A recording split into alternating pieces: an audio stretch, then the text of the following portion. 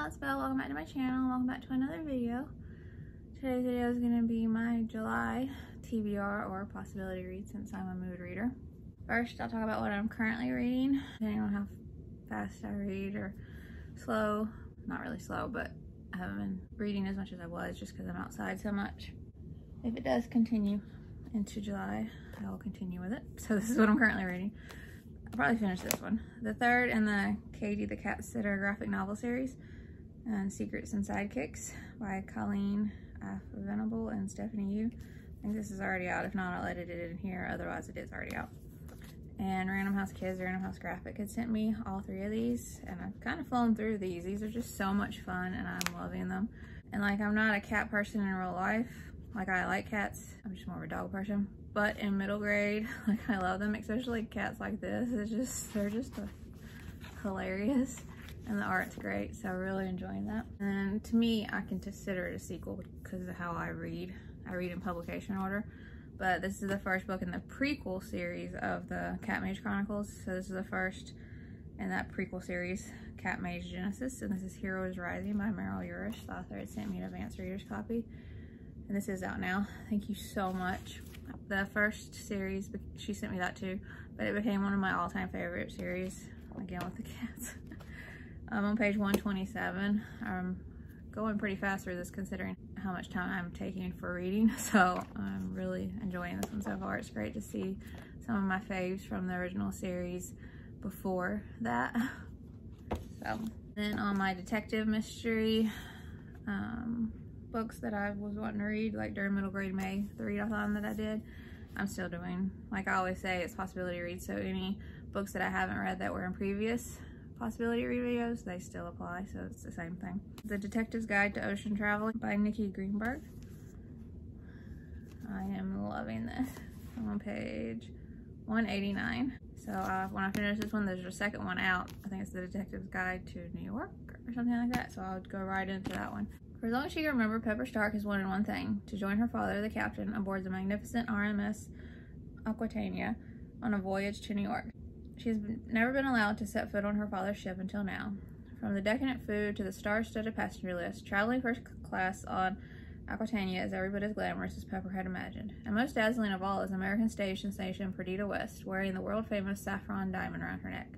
When the priceless jewel disappears mid-voyage, Pepper unexpectedly finds herself entangled in the crime. With the captain's reputation at stake, Pepper and her new friends set out to solve the mystery, but finding a missing diamond isn't so easy on Aquitania, where everyone has something to hide. Anything that gives you Titanic vibes, because it's historical fiction, it's like the same dates almost, because I think, what was it, April 11th or 12th that Titanic went down, and this is in that time at April, but it's not the same year.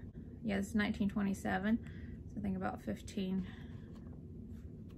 or so years after the Titanic went down. Loving the book. Then I picked up The Outlaws, Scarlett and Browne by Jonathan Stroud, and I bought this one myself, but Random House Kids had sent me the second book, so before I dive into that one, I want to read the first one. And the way it started off, it didn't seem like even upper middle grade, just because of the violence the main character had. It's not on page what she did, but the aftermath, I was like, what? But it's not on page, like I said. It's just, so it's still upper middle grade to me so far, the way it's written. There's just a lot of violence, but upper middle grade to me. So I'm so happy I kept reading, and the writing is impeccable. I just am so happy I picked this up. I'm on page 147. Now, like I said, I love these covers so much. Scarlett McCain is a shoot first, ask questions later kind of outlaw. She scrapes by on bank heists, her wits, and never looking back. She's on the run from her latest crime when she comes across Albert Browne. He is the sole survivor of a horrific accident, and against her better judgment, Scarlett agrees to guide him to safety. This is a mistake. Soon there are men with dogs and guns and explosives hot on their heels. Scarlett's used to being chased by the law, but this is extreme. It was only a little bank she robbed. As they flee together across the wilds, fighting off monstrous beasts and dodging their pursuers, Scarlett comes to realize that Albert Browne is hiding a terrible secret, and that he may be the most dangerous threat of all.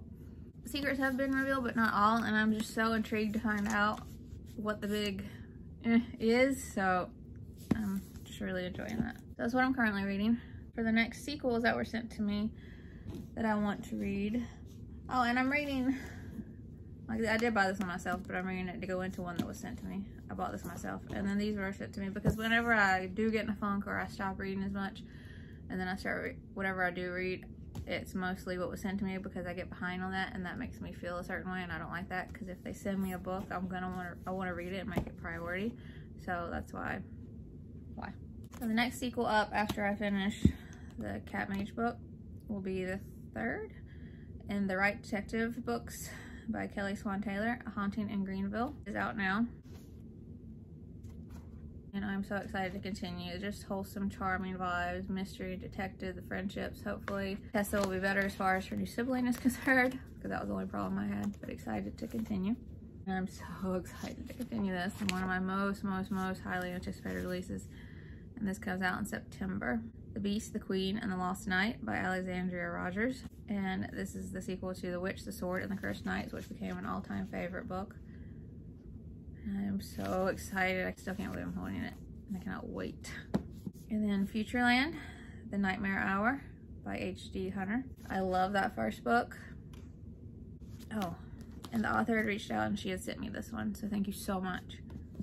I don't know if I said, but the author sent me this too. Thank you so much. And then Random House Kids sent me a whole box of advanced readers copies, and this was in it, so thank you so much. But I love that first book, and I cannot wait to see what happens next. I'm so excited. And this comes out in November. And then lastly, just for some sequels that I want to get to that were sent to me. The second, The Swallowtail Legacy, Betrayal by the Book by Michael D. Beil. Another highly anticipated release because I love that first book so much, and I cannot wait to dive back in. And Pixel and Ink had sent me this. Thank you so much. And just for regular novels that were sent to me that I want to get to. I think this is July 11th. If I'm wrong, I'll edit it in here. But The Mystery of the Radcliffe Riddle by Taryn Souders. And I want to, usually I do the order they're sent to me, but I would want to get back to doing, if they're coming out soon, making them priority. But just because I got so behind, by the time I would have gotten to them, they'll be already out. But I need to get back to that because I want to, I don't know. I'm rambling. Another highly anticipated release. And Source Books sent me this, so thank you so much. When Grady and his dad learn that the town oddball, Eudora Cookie Clinch, left something for them in her will, they can only imagine what it might be. When it turns out to be an old embroidered piece of cloth from the 1700s, they are bitterly disappointed until they see the note. This is no ordinary piece of needlework. It's a treasure map, riddles and clues. To the victor go the riches. Grady just knows this could be the chance of a lifetime. With the help of his friends, Thad, Clemmy, and the town dog, Ophelia, Grady is determined to crack the clues and find the treasure. But Grady soon learns that there's more at risk than he bargained for. And solving this mystery just got a lot more dangerous. So excited. And then Once in a Blue Moon by Sharon G. Flake. And Random House Kids has sent me this. And this comes out July 11th. And I recently read this synopsis in the latest book haul, so I won't read it again. But I'm so excited. It sounds like such a great and impactful story. And then this I bought myself, but if I can, I want to read it before I read the book that was sent to me because it's their other book. It says author of another one, so I might have to see if that's a middle grade that I would want to read too. But anyway, The Dark Lord Clementine by Sarah Jane Horwitz. The new face of big evil is a little small. Dastardly deeds aren't exactly the first things that come to mind when one hears the name Clementine. But as the sole heir of the infamous Dark Lord Elathor, 12-year-old Clementine Morcerus has been groomed since birth to be the best, worst, evil overlord she can be. Everything changes the day her father is cursed by a mysterious rival. Now Clementine must not only search for a way to break the curse, but also take on the full responsibilities of the Dark Lord. But when it's time for her to perform dastardly deeds against the townspeople, including her brand new friends, she begins to question her father's code of good and evil. What if the Dark Lord Clementine doesn't want to be a Dark Lord after all? And then her newest release, The Demon Sword Asperides. And I read this synopsis in the recent book haul, so I won't read it again. But I am so excited. And Algonquin Young Readers has sent me this. Thank you so much. And this comes out July 11th also. So very excited. That's it for the books that were sent to me that I want to get to. When I finish the Detective's Guide books, the next mystery detective style I want to get to is the Butterfly Club series. So far there's 3 books out. I think the 4th book comes out in a few months. The Ship of Doom by M.A. Bennett is the first book, I believe. They all come with like a happy surprise of these beautiful sprayed edges. Would you risk the future to change the past? Members of the Butterfly Club are time-traveling thieves, stealing artifacts from the future to bring progress forward. Small changes in history can have a big impact, and only time will tell the consequences. That's the butterfly effect. Luna, Constantine, and Aiden travel to 1912, where they find themselves aboard a great ship traveling to New York. They meet a man called Guglielmo Marconi and plan to steal his new invention, the wireless radio. But as the ship heads into icy waters, they discover its name, the RMS Titanic. Then the three children save Marconi and his invention from the doomed ship, and how will their actions change the rest of time? Anything Titanic. I'm very intrigued by that. And the next book, The Mummy's Curse. Orange sprayed edges. And this is the Mona Lisa Mystery. And red sprayed edges. The Secrets of Splint Hall by Katie Cotton. This cover, even though the Second World War has recently ended, sisters Isabel and Flora have lost nearly everything. Now they must go to live with their aunt, it's always an aunt, and her terrifying husband in their ancestral home, Splint Hall. From the moment of their arrival, it seems that the house is full of mysteries, and as the girls begin to unearth an ancient myth and family secret, the adventure of a lifetime begins. And then Finn and the Memory Curse by Helenka Stachera. And she wrote The Ice Whispers, which I really enjoyed. London, 1866. When a foundling called Fid is out selling leeches one day, she discovers an incredible secret. She is the long-lost daughter of a fantastically rich family, and they want Finn to come home. But when she arrives at Castle Kaminsky, Finn senses that there is something terrible at the heart of this great house. Soon she will be forced to use everything she has learned on the streets of London to stay alive, for the Kaminskys are haunted by an ancient evil that feeds on the family's memories, and Finn is the only one who can stop it. And then Anna at War by Helen Peters.